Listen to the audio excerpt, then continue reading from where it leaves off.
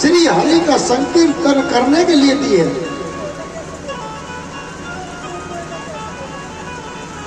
अगर कोई लड़ाई हो जाए तो मैं आपको बताता हूं 5 महिलाएं इतना शोर कर दोगी, लेकिन भगवान का नाम का संकीर्तन चल रहा है, बोलने का नाम नहीं। इसलिए जैसा बोलते हैं आप हमारा साथ दिया करो, ताकि हमारे कलाकारों को ये लगे कि हमारा किया हुआ कार्य इनको प्रिय लग रहा है। इससे हमारा हौसला बढ़ता है। अपने मन को उसी जगह पर केंद्रित कीजिए। आज प्रहलाद को उस सर्प की कोठरियों में डाल दिया गया, लेकिन प्रहलाद बिल्कुल भी भयभीत नहीं हुए और हरि नाम का स्मरण करते रहे। सारे के सारे सर्प मखमल के गद्दे की तरह शयन करने लगे और उन पर मेरा प्रहलाद आराम से शयन करता रहा। प्रातःकाल हिरण्यकश्यप ने आदेश दिया कि कोठरी में उसको सर्प खा गए होंगे, निकाल लो और उसको फूंक दो, अग्निदान दे दो। लेकिन जाकर के जब नौकर चाकरों ने देखा प्रहलाद श्री हरि का जाप करते हुए उस कोठरी से बाहर आए, इतने पर भी हिरण्यकश्यप ने जब देखा बिल्कुल भी दया नहीं आई और अपने सैनिकों को आदेश दिया कि इसको बहुत ऊंचे पर्वत पर ले जाओ और वहां से इसके हाथ पैर बांध करके पटक देना, और कोई रास्ता सहज नहीं है। यह हरि का नाम का जाप कर रहा है, इसको मेरे सामने से ले जा करके इसको तुरंत खत्म कर दो। आज सैनिक उसको बहुत ऊंची पहाड़ी पर ले गए, ले जा करके प्रहलाद के हाथ पैर बांध दिए और उनको ऊंची पहाड़ी से पटक दिया। लेकिन मेरे परम पिता की ऐसी असीम कृपा रही कि एक खरोंच तक प्रहलाद को नहीं आई। जाको राखे साइया मार सके ना कोई, बाल न बाको कर सके जो जग बैरी होए। जिसका मेरा सांवरिया रक्षक हो उसको भला कौन मार सकता है, और जिसको मेरा सांवरिया मारना चाहता हो उसको भला कौन बचा सकता है। जब ऐसा देखा हिरण्यकश्यप ने कि वह बालक नहीं मरा, उनके एक बहन थी होलिका, आपके यहाँ भतीजे होते हैं तो ढूंढ लेके आते हो नहीं। इसका एक नाम होलिका था और एक नाम इसका ढूंढना था। उसी दिन से ये ढूंढ बांटा जाता है। क्यों? कि भक्त प्रहलाद पर बुआ जी की कुदृष्टि थी, उसको मारना चाहती थी। उस दिन से आपके यहाँ भी जब ऐसा कोई उत्सव आता है, भतीजा कोई होता है, तो बुआ जी को या बहन को बुला करके ढूंढ बंटवाया जाता है ताकि कोई कुदृष्टि उस बच्चे पर ना पड़े। होलिका को एक वरदान मिला हुआ था, उसके पास एक शीतल चीर था। अपनी बहन को आदेश दिया, बहन आप बहुत सी लकड़ी इकट्ठा करके और आप तो अपना वह चीर ओढ़ लेना जो आपको देव कृपा से आशीर्वाद में मिला है, वरदान में मिला है। आप तो उस शीतल चीर से अग्नि आपका कुछ नहीं बिगाड़ पाएगी और यह जल करके भस्म हो जाएगा।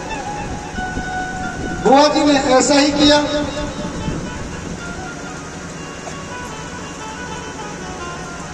बहुत सा ईंधन इकट्ठा कराया सैनिकों से और आप शीतल चीर को ओढ़ करके और भक्त प्रहलाद को गोद में लेकर बैठ गई। सैनिकों को आदेश दे दिया कि आप इसमें अग्नि लगा दो। मेरे प्रभु ने अपने भक्त को बचाने के लिए पवन देव को आदेश दिया कि आप अपना रुद्र रूप धारण कर लिए और 49 प्रकार की हवा चला दो, ताकि इसके ऊपर से ये चीर उड़ करके और मेरे भक्त को ढक ले। आज इतनी भयंकर हवा चलने लगी, वह चीर जो बुआ जी के पास था वह उड़ करके और मेरे प्रहलाद पर उसको आगोश में ले लिया। बुआ जी हुगाड़ी की हुगाड़ी रह गई। सैनिकों ने आग लगाई रखी थी, बुआ जी जल करके नष्ट हो गई और मेरे प्रभु ने अपने भक्त के प्राणों की रक्षा की। उसी दिन से आप और हम इस त्योहार को होली के रूप में मनाते हैं। तब भी हम बोलते गलत हैं। अरे होली को क्यों मनाना? होली तो दुश्मन थी भगवान की, मेरे प्रहलाद भक्त की, उसको तो मारना चाहती थी। फिर हम उसको क्यों मनाते हैं? हमारी भेड़ चाल हो रही है। पूर्वजों ने जो गलती कर दी उसको आज तक हम भी कर रहे हैं। बड़े प्रेम से कहते हैं कि होली मनाएंगे। अरे ऐसी उल्टा को क्यों मनाना? जिसने भगवान के भक्त को मारना चाहा, कोई इस बात को नहीं कहता कि हम भक्त प्रहलाद को मनाएंगे। यह कुरीति बहुत समय से चली आ रही है। जब हिरण्यकश्यप ने देखा कि मेरी बहन ही जल करके नष्ट हो गई और इस दुष्ट बालक का कुछ भी नहीं बिगड़ा, सैनिकों को आदेश दिया पकड़ करके महल में ले आओ। अब मेरे अलावा इसको और कोई नहीं मार सकता। मैं देखता हूँ इसका हरि में कितना दम है जो इसके प्राणों की रक्षा कर ले। तरह तरह के तेल गरम करवा करवा करके भक्त प्रहलाद को पटकवाया, लेकिन प्रहलाद का बाल भी बांका नहीं हो सका। आज खड़ग लेकर के एक खंभ बहुत गरम करवाया। वह खंभ तपत से अग्नि से इतना लाल करवा दिया कि इस पर चैटा करके भक्त की गोविंदाय नमो नमः कर देंगे। लाल खंभ को देखकर भक्त प्रहलाद विचलित ना हो जाए, मेरे प्रभु ने अपना एक स्वरूप चींटी का बना लिया और उस लाल खंभ पर चलने लगे। जैसे ही भक्त प्रहलाद की नजर उस चींटी पर पड़ी, प्रहलाद को मन में विश्वास हो गया कि जब चींटी ही नहीं जल रही है तो मैं तो जलूंगा ही कैसे। सैनिकों को आदेश दिया कि प्रहलाद को इसके चैटा दो खंभ के। प्रहलाद ने कहा कोई आवश्यकता नहीं है, आप इतना दुख मत पाइए, मैं तो स्वामी उठ करके चैट जाऊंगा, इसकी कोली भर लूंगा। भक्त ने जाकर के उस खंभ की कोली भर ली और बाल भी बांका नहीं हुआ। अब तो और क्रोधित हो गया, कहने लगा अरे वो दुष्ट, तेरा हरि कहाँ है? इस पर भक्त प्रहलाद ने कहा पिताजी, तुझ में राम, मुझ में राम, सब में राम समाया है।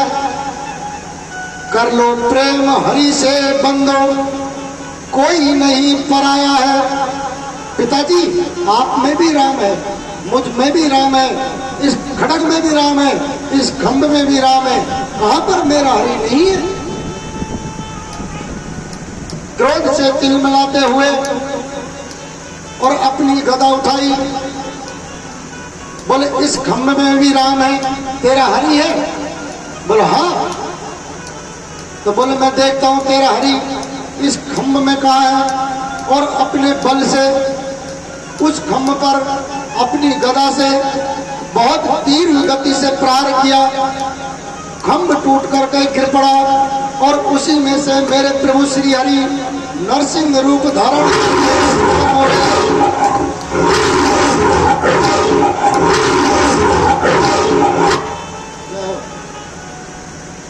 नरसिंह रूप का अवतार लेकर के हिरण्याकश्यप को पकड़ लिया और अपनी जंघा पर बिठा लिया।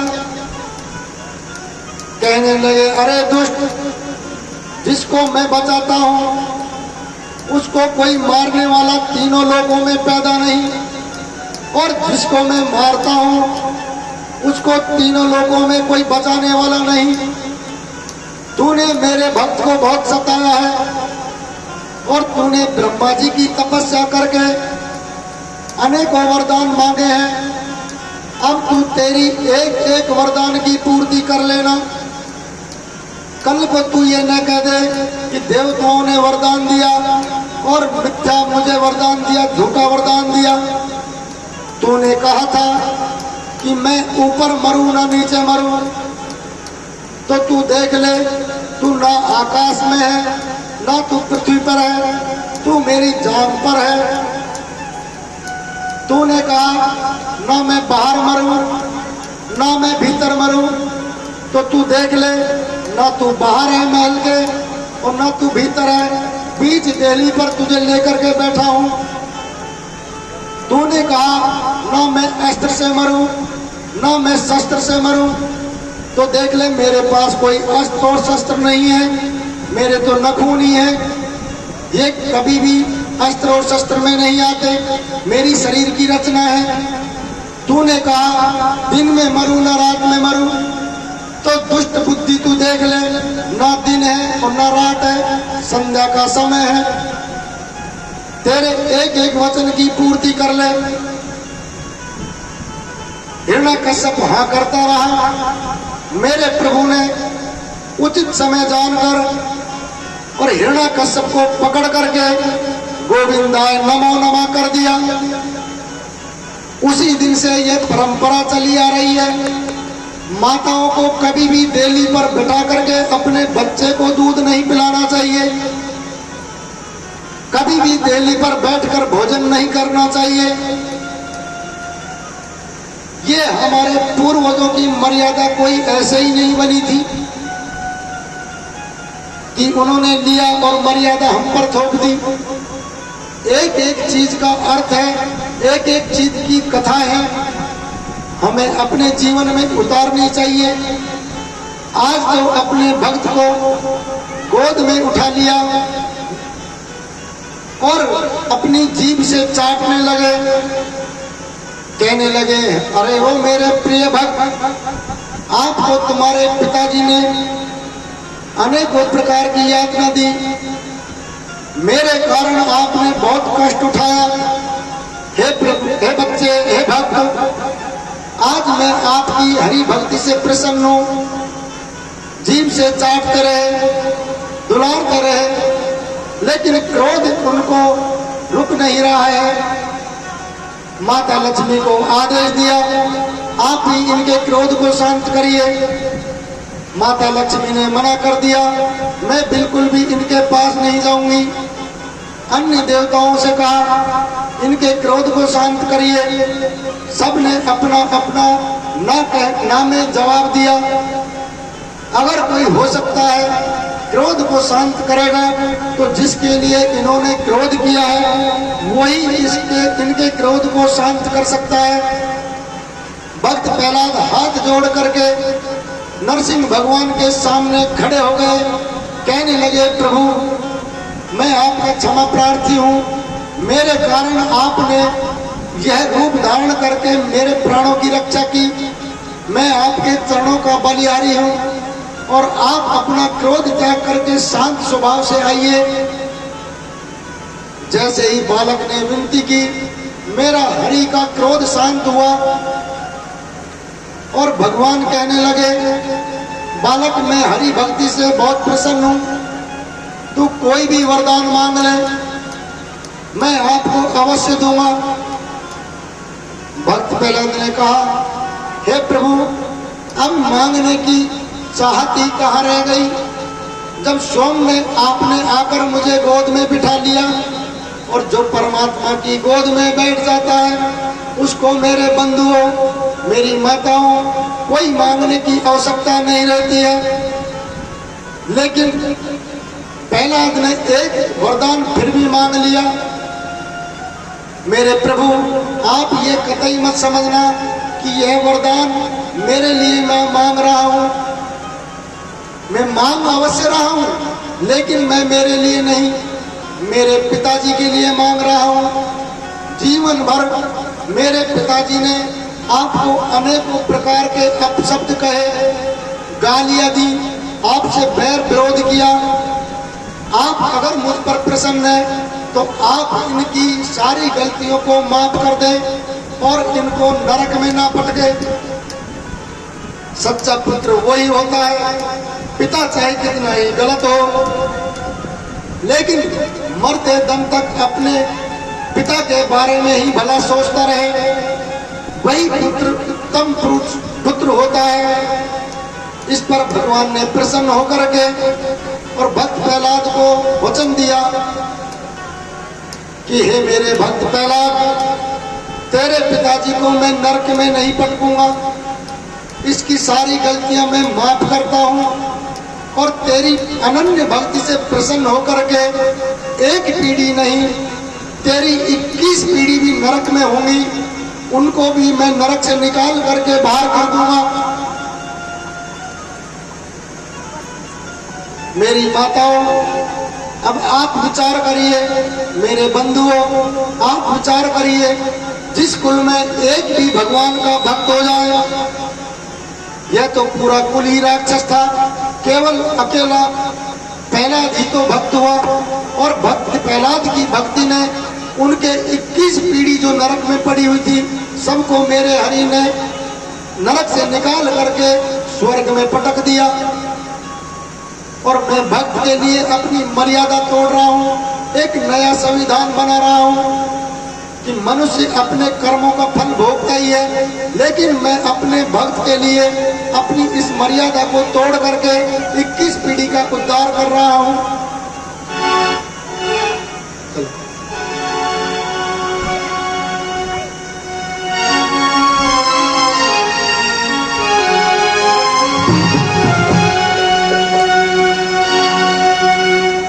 लगनी तुम ही लगावे, लगनी तुम ही लगावे, जो होगा देखा जाएगा। लगनी तुमसे लगावे, जो होगा देखा जाएगा, जो होगा देखा जाएगा, जो होगा देखा जाएगा, जो होगा देखा जाएगा,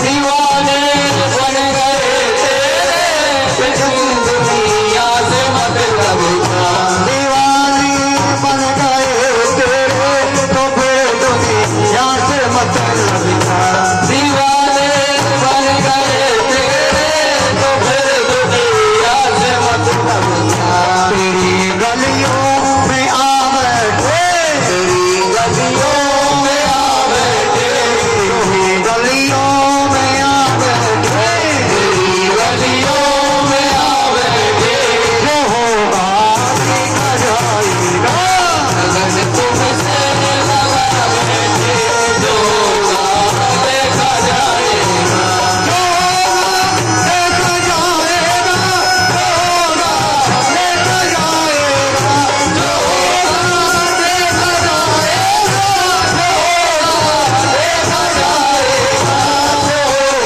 देखा जाएगा तुम्हें अपना बना बैठे तुम्हें अपना बना बैठे जो होगा देखा जाएगा दुनिया बना बैठे जो होगा देखा जाएगा जो होगा देखा जाएगा जो होगा देखा जाएगा जो होगा देखा जाएगा जो होगा देखा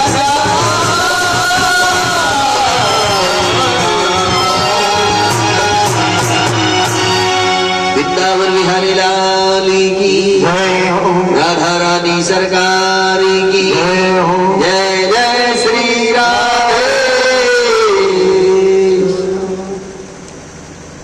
अपने मन को उसी जगह पर केंद्रित कीजिए।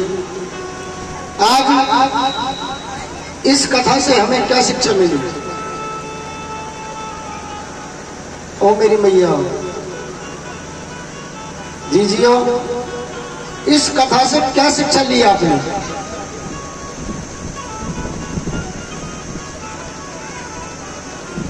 आपको बताता है लेकिन बताना नहीं चाहते। चलो कोई नहीं, इस कथा से यही शिक्षा मिलती है कि जिसको जो व्यक्ति परमात्मा की शरण में चला जाए, उस पर अटूट विश्वास कर ले, उसका कोई कुछ बिगाड़ नहीं सकता। माता द्रौपदी जब तक अपने सगे संबंधियों में अटकी रही, जब चीर हरण हो रहा था, दुर्योधन ने दुशासन को आदेश दिया कि आप इसको भरी सभा में नग्न कर दो। तो द्रौपदी भीष्म पिता की तरफ देखे, कृपाचार्य की तरफ देखे, द्रोणाचार्य की तरफ देखे, मेरी मदद करो, मेरी मदद करो। अपने पांचों पतियों की तरफ देखे, लेकिन कोई मदद नहीं कर सका। जब कोई मदद नहीं कर सका, द्रौपदी ने अपने बल से उस चीर को पकड़ लिया, अपना पूरा बल लगा दिया, लेकिन दुशासन बलंकारी खींचने से बाज नहीं है। जब ऐसा विचार माता द्रौपदी के पास विचार मन में आया कि यहाँ पर बैठे ये सिंह आज गीदड़ बन गए हैं, मेरी रक्षा कोई नहीं कर सकता, अपने आप को उस परम पिता परमेश्वर के हवाला कर दिया और जो चीर अपने हाथ से पकड़ रखा था उसको भी छोड़ करके दोनों हाथ ऊपर करके और त्राईमाम त्राईमाम त्राईमाम कहती हुई उस परम पिता परमेश्वर को याद करने लगी कि अब तो मेरा इस संसार में कोई नहीं है, अगर कोई है तो आप ही हो, हे त्रिलोकीनाथ। आप मेरे इस चीज जो हरण हो रहा है इससे मेरी रक्षा करिए, मेरी इज्जत जो दांव पे लगी हुई है मेरी रक्षा करो। मेरे प्रभु ने वहीं के बैठे बैठे और उस चीर को इतना बढ़ा दिया, दूसरा से खींचता खींचता खींचता थक गए। इन कथाओं से सीखो, ये कथाएं जीवन में उतारो। हम ये नहीं कहते आप मेरा भाई बनो, नहीं बन सकते। हम नहीं कहते आप द्रौपदी जैसा अटूट विश्वास करो, लेकिन लेकिन उनके मार्ग पर तो चलो। मीरा भाई ने तो कन्हैया को अपना पति रूप में स्वीकार किया था। आप पति रूप में स्वीकार मत करो, आप पुत्र रूप में ही स्वीकार कर लो।